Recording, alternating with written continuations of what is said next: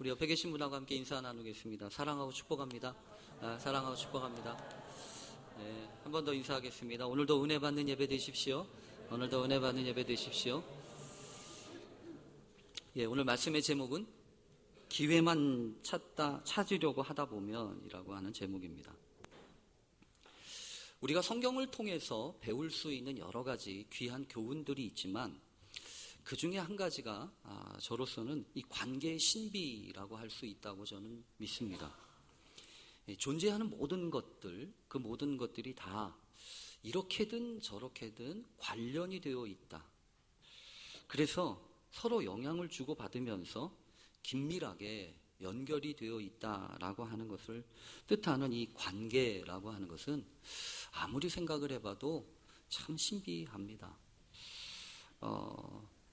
보통 이게 관계라고 하는 것을 위해서는 사람들이 일단 공통점을 많이 찾지요.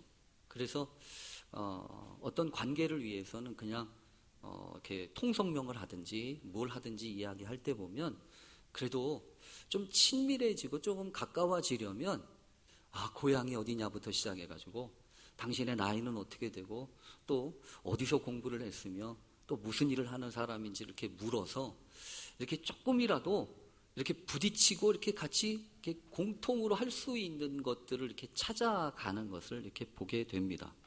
왜냐하면 이 관계를 찾는 거란 말이에요. 관계를 찾는 겁니다. 그래서 이렇게든 저렇게든 이 관계성의 신비는 사실은 이런 공통점에서부터 시작이 됩니다. 아무리 가깝게 하려고 그래도 그래서 어떤 이념의 차이가 있거나 어떤 효용성의 가치가 조금 이해관계가 달라지기 시작하면 사실 관계를 맺기가 그렇게 쉽지 않습니다. 그게 우리 인간의 어떤 관계 한계적인 그런 부분이죠. 근데 여러분, 이 성경이 우리에게 가르쳐주는 관계의 신비는 너무나도 놀라운데 그게 왜 놀랍냐면 다른 모든 관계들도 이야기하지만 하나님과의 관계를 우리에게 가르쳐주지 않습니까? 하나님과 우리가 어떻게 관계를 맺을 수 있겠습니까? 하나님은 마치 세상을 천지를 창조하신 그 창조주 되신 분이시고 우리는 지음을 받은 피조물인데 그렇게 생각을 하면 하나님과 우리가 어떻게 관계를 맺을 수 있다고 하는 것인지 아무리 생각을 해봐도 이것은 참 신비 가운데 하나라고 하는 겁니다. 그래서 이 관계라고 하는 것은 기본적으로 무엇을 전제로 하냐 하면 은혜를 전제로 합니다. 은혜가 있어야 관계가 되는 거 아니겠습니까? 그래서 그 관계 안에 있다고 하는 것은 은혜 안에 있다고 하는 것을 기본적으로 전제한다는 거죠. 그래서 여러분 이 관계라고 하는 것은 일이 힘든 게 아니에요. 사실은 관계가 힘든 거지. 여러분 그렇잖아요. 모든 것이 다 관계고 보이지 않는 그 연줄로 그런 관계의 줄로 묶어져 있는데 다른 게 힘든 게 아니에요. 다른 게 힘든 게 아니라고.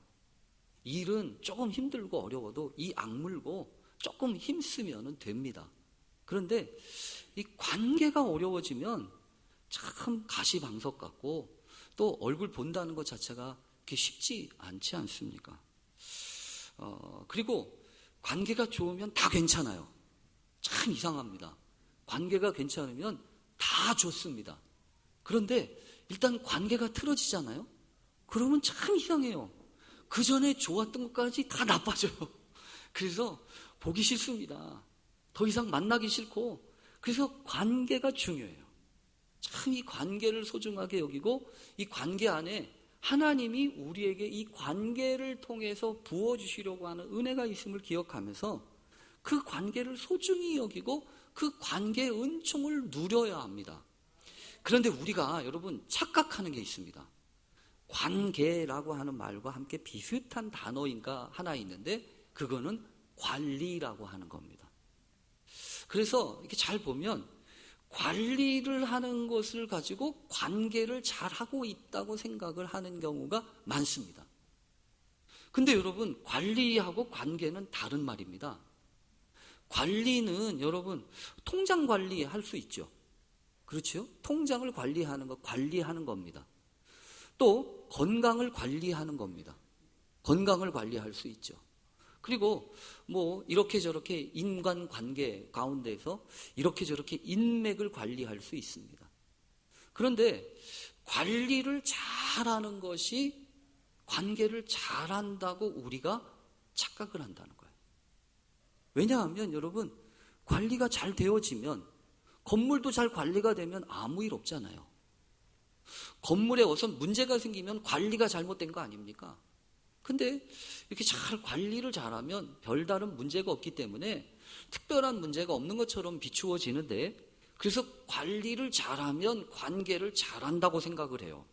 근데 여러분, 그거 아니잖아요. 관리라고 하는 것은 어떤 거냐 하면 목적이 있는 거예요. 관리라고 하는 건 어떤 목적이 있어서 그 목적에 따라서 그것을 관리하는 겁니다. 조정하든지 아니면 이렇게 하든지 저렇게 하든지. 그래서 관리의 대상이 된다고 하는 것은 상당히 좀 기분 나쁜 일이에요. 왜냐하면 조종을 당해야 되잖아요. 뭔가를 해야 되잖아요. 근데 그 관계라고 하는 거는 어떤 목적이 없어요. 그 목적보다도 그 관계 자체가 더 훨씬 소중합니다. 그래서 여러분, 부모님이 자식을 관리합니까? 아니잖아요. 자식이 부모를 관리합니까?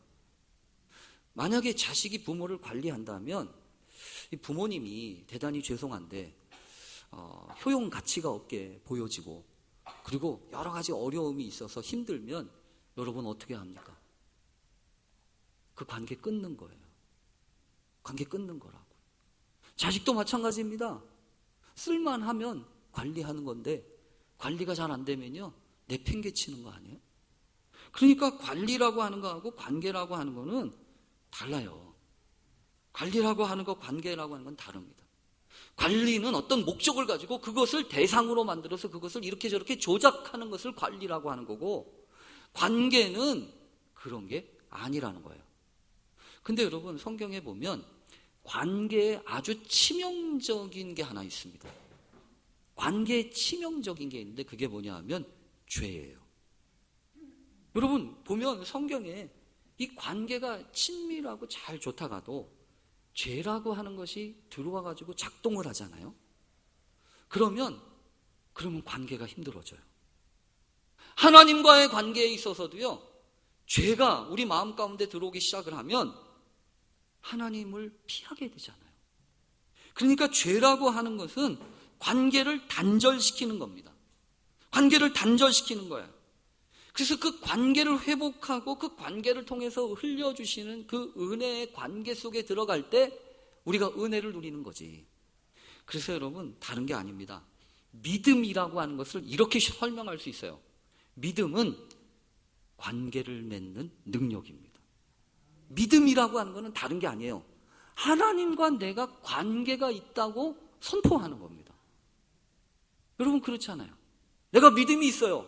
오직 의인은 믿음으로 말미암아 살아요.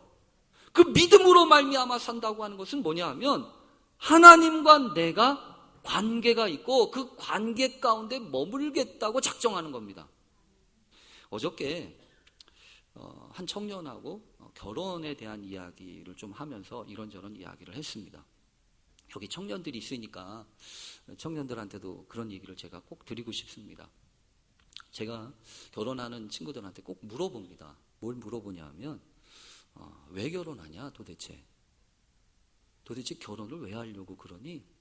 그냥 친구로 사이좋게 지내면 안 되냐? 근데 왜 굳이 결혼을 하려고 그러냐? 그렇게 물어보면 이유가 있어요. 왜 이유가 있냐면 결혼이라고 하는 것을 대개 88, 90%가 뭐라고 대답을 하냐면 사랑하니까 하죠. 좋아하니까 하죠. 이래요. 제가 그러면 하는 말이 뭐냐 하면 야, 사랑해서 결혼하면 결혼 12번도 더 한다 야.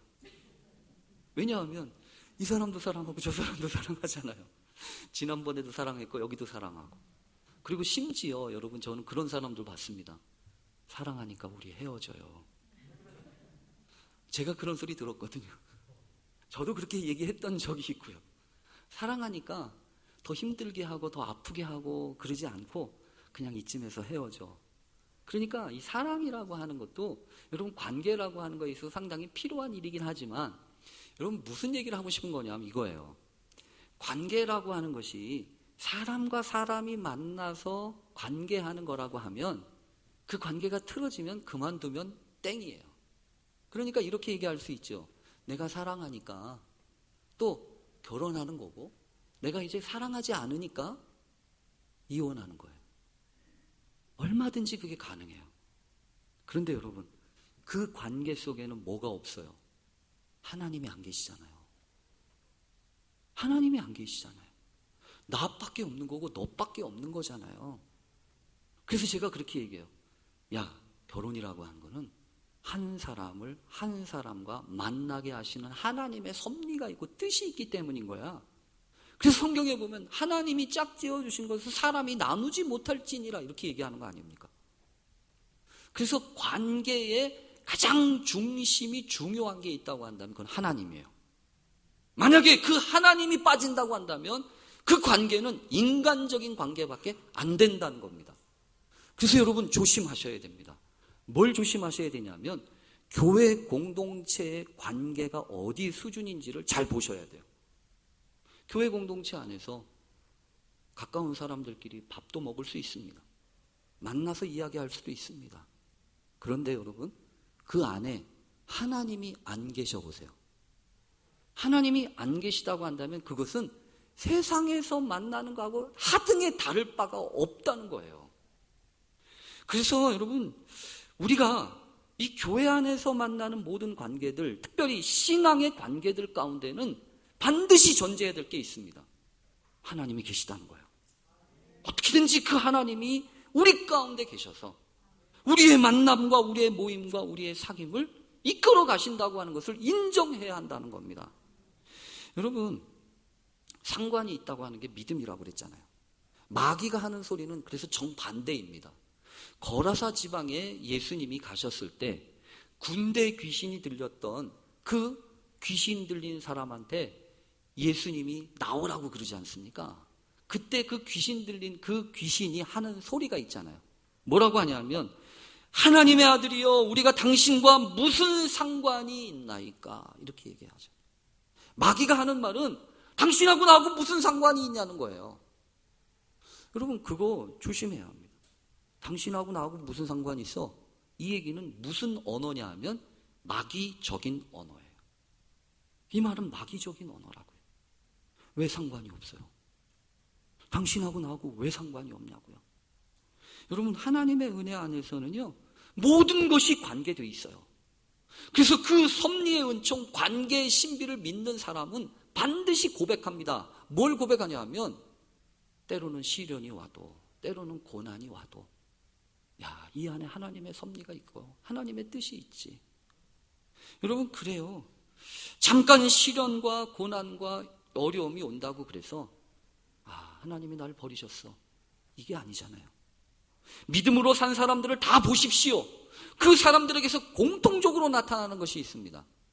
고난의 풀무, 깊은 광야의 그 암담하고 답답한 시기를 거친다는 거예요.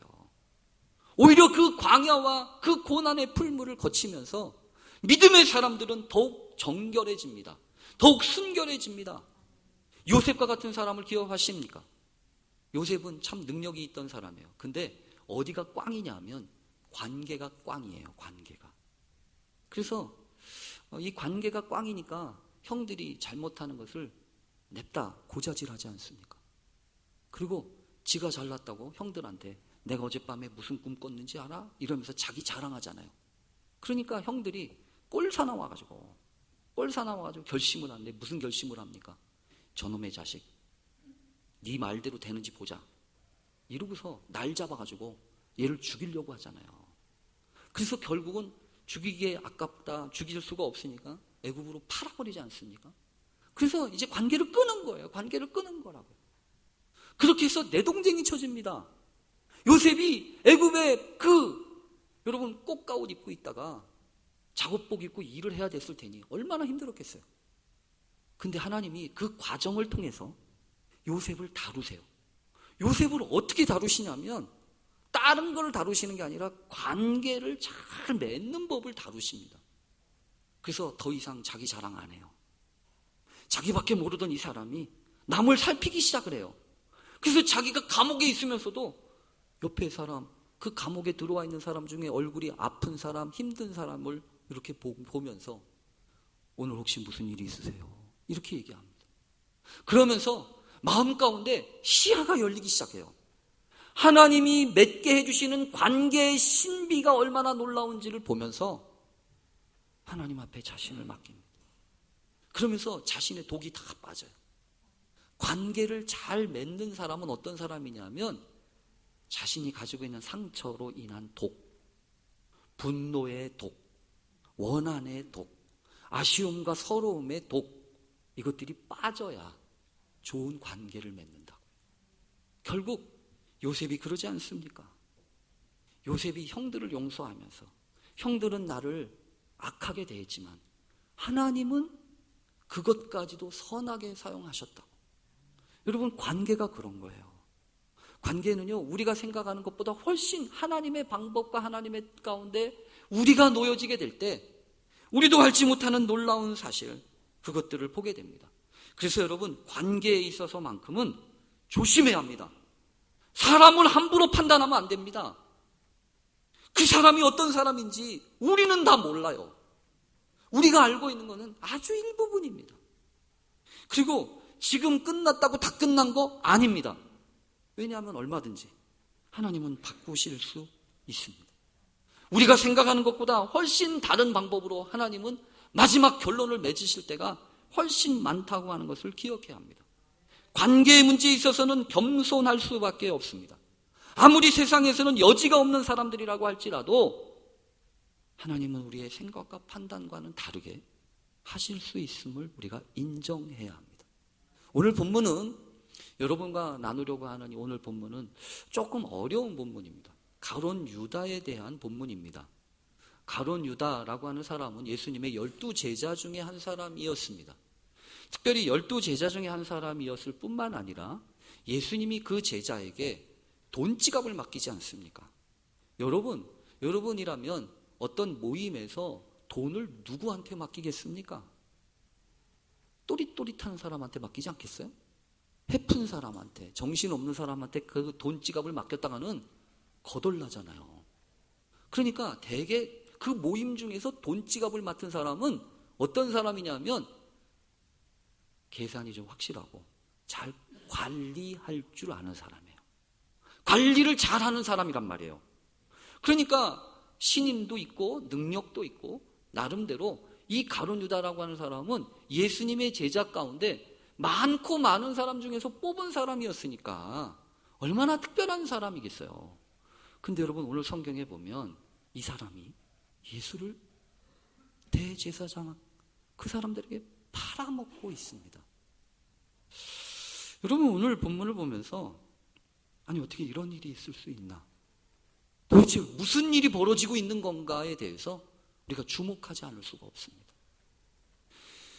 물론 우리가 가룟 유다라고 하는 사람을 볼 때 대개 배신의 아이콘이라고 이렇게 일컬어지기도 하지만 요즘 최근 들어서는, 최근은 아니죠, 옛부터 그런 의견들이 있어 왔던 것으로 이 성경과 여러 의견들이 있습니다. 무슨 얘기냐 하면 2006년도에 내셔널 지오그래픽이라고 하는 그 대중 매체에서 아주 의도적으로 특별한 방영을 하나 한 게 있습니다.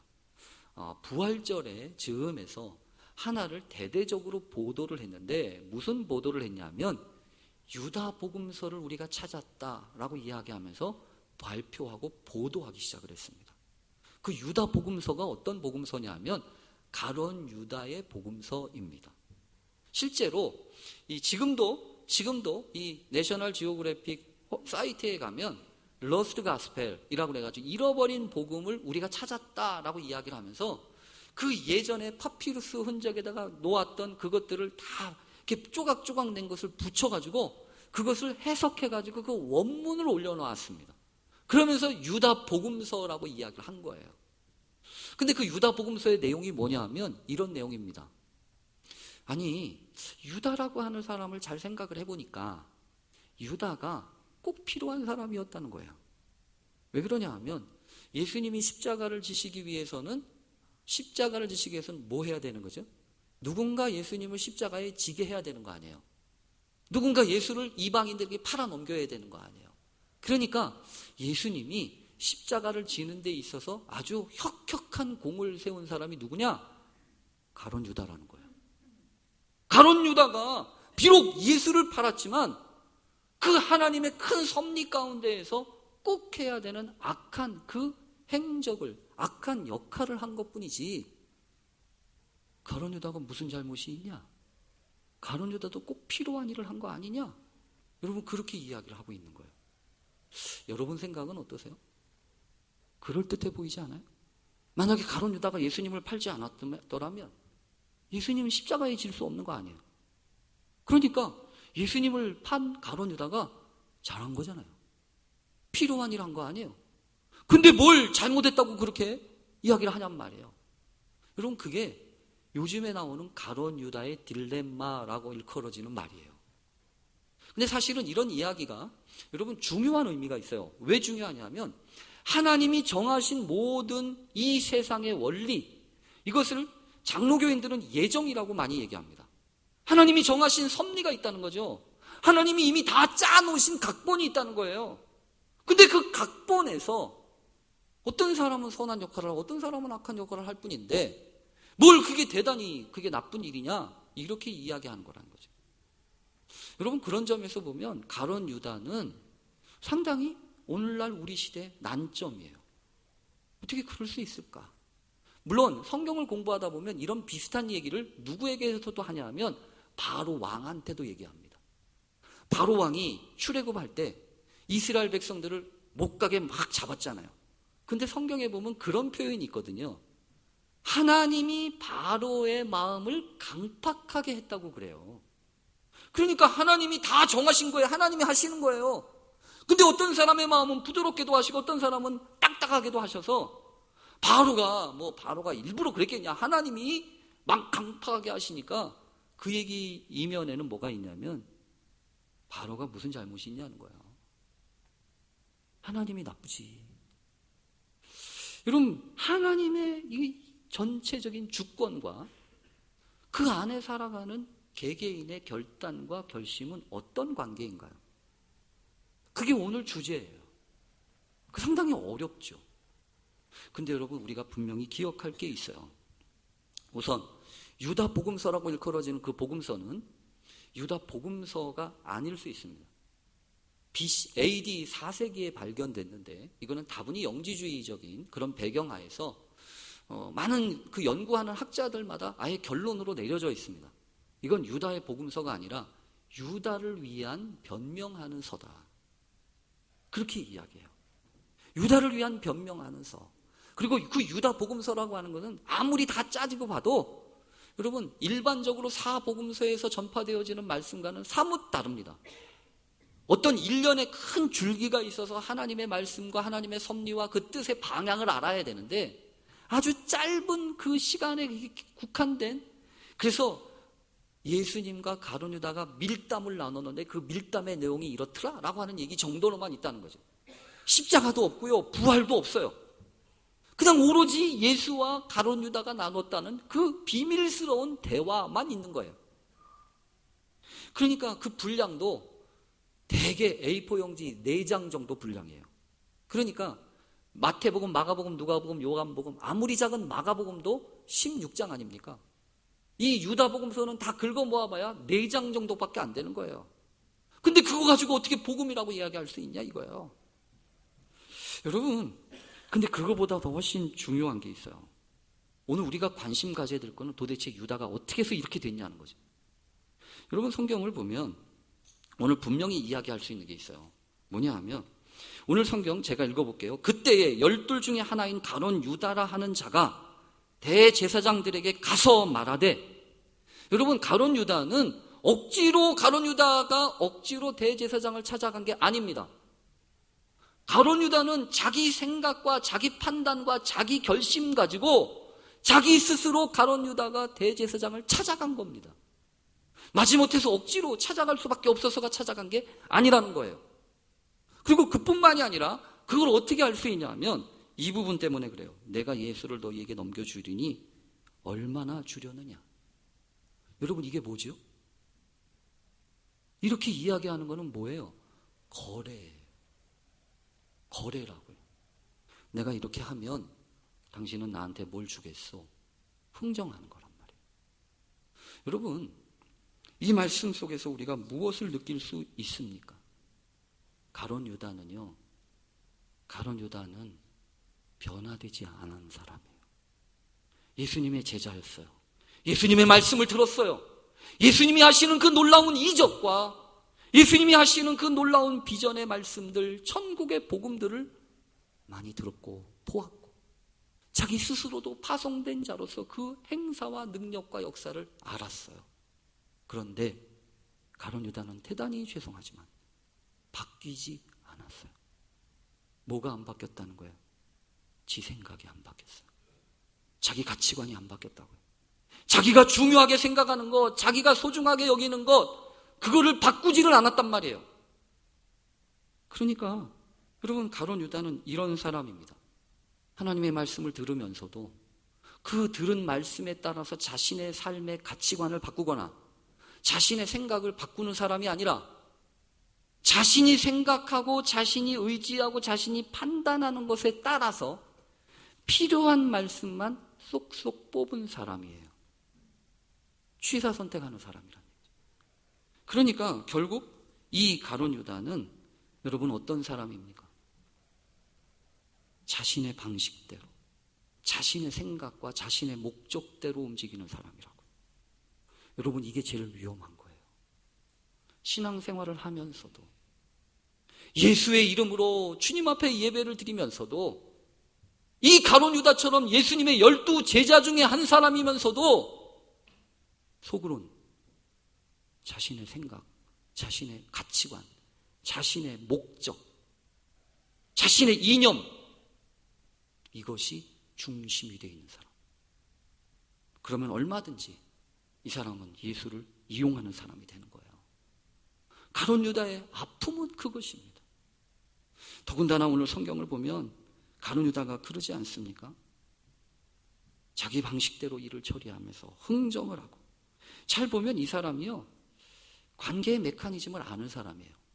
그러니까 예수를 팔아먹기 위해서 대제사장을 찾아가잖아요. 그래야 돈이 생기는 줄 알잖아요. 뭐가 생기는 줄 안다고요. 그러니까 이 가룟 유다라고 하는 사람은 관계의 은총을 모르는 사람이에요. 관계의 은혜를 모르는 사람이라고요. 하나님의 은혜를 모르는 사람이에요. 그러니까 이 사람은 끝까지 회개하지 않잖아요. 양심에 찔려서 후회는 할지 몰라요. 그러나 하나님 앞에 마지막 해야 하는 그 한마디, 잘못했습니다, 이 말을 못하는 거예요. 끝까지 이 말을 안 하는 거예요. 여러분, 성경을 보면서 조심해야 합니다.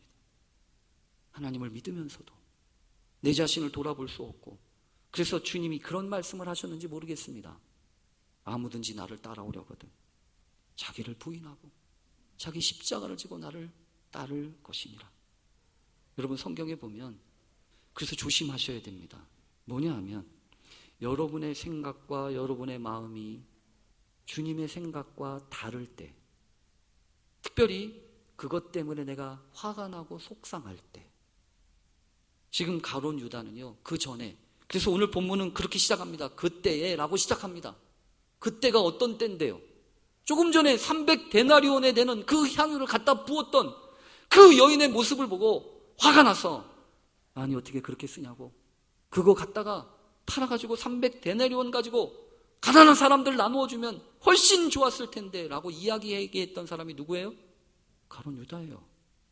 자신의 생각과 자신의 만단과 자신의 이런 판단의 기준이 꺾이기 시작했을 때 가룟 유다는요, 예수님을 버렸어요. 예수님을 팔았다고요. 여러분, 우리도 마찬가지예요.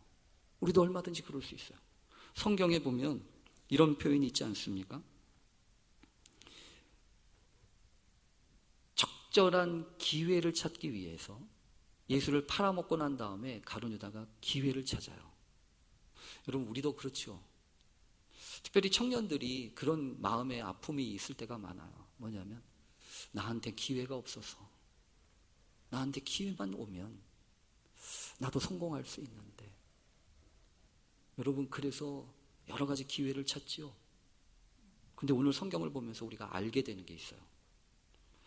나에게 진짜 필요한 기회는 여러분, 세상이 주는 게 아니에요. 하나님이 주시는 거지. 주님이 허락하시는 거지. 그래서 여러분, 성경에 보면 사울, 핍박자 사울에게 주님이 하셨던 말씀이 있어요. 그 말씀 한마디만 하고 오늘 설교를 마치려고 합니다. 다메섹으로 가서 예수 믿는 사람을 잡아 가두기 위해서 공문을 받고 가던 그 사울을 주님이 만나시지 않습니까? 그러면서 하시는 말씀이 있죠. 사울아, 사울아, 내가 어찌하여 나를 박해하느냐? 가시채를 뒷발질하기에 내가 고생이니라. 네가 지금 한다고 열심은 내고 있지만 너 참 고생이다. 가시를 자꾸 뒷발금질 해봐야 누가 아프겠어요? 자기밖에 아프지 않지. 저는 이 말씀 보면서 그런 생각이 들었어요. 신앙생활을 하는 우리들에게도 주님이 혹시 그러시는 거 아니야? 종윤아, 너 목회하느라고 참 고생이 많다. 그렇게 말씀하신다면요, 내가 열심을 내느냐 안 내느냐와 관계없이 나한테 지금 문제가 있는 거예요. 그렇잖아요. 신앙생활은 억지로 이 악물고 하는 게 아닙니다. 하나님이 주시는 그 관계 은총 안에서 기쁨으로 즐거움으로 헌신하듯이 하는 게 신앙생활이에요. 가룟 유다는 그거를 몰랐어요. 여러분, 우리에게 그 믿음이 열려지게 되기를 간절히 바랍니다. 하나님, 우리들이 신앙생활 즐겁게 하게 해주세요. 기회요? 이보다 더 좋은 기회가 어디 있어요? 기회는 항상 있어요. 은혜 안에 있으면 기회는 항상 있다고요. 그러니 하나님, 나 사용해 주세요. 헌신하고 믿음으로 나올 때 얼마든지 하나님은 뒤바꾸십니다. 그런 놀라운 믿음의 역사, 은혜의 역사를 누리는 우리 모두 되시기를 간절히 축원합니다.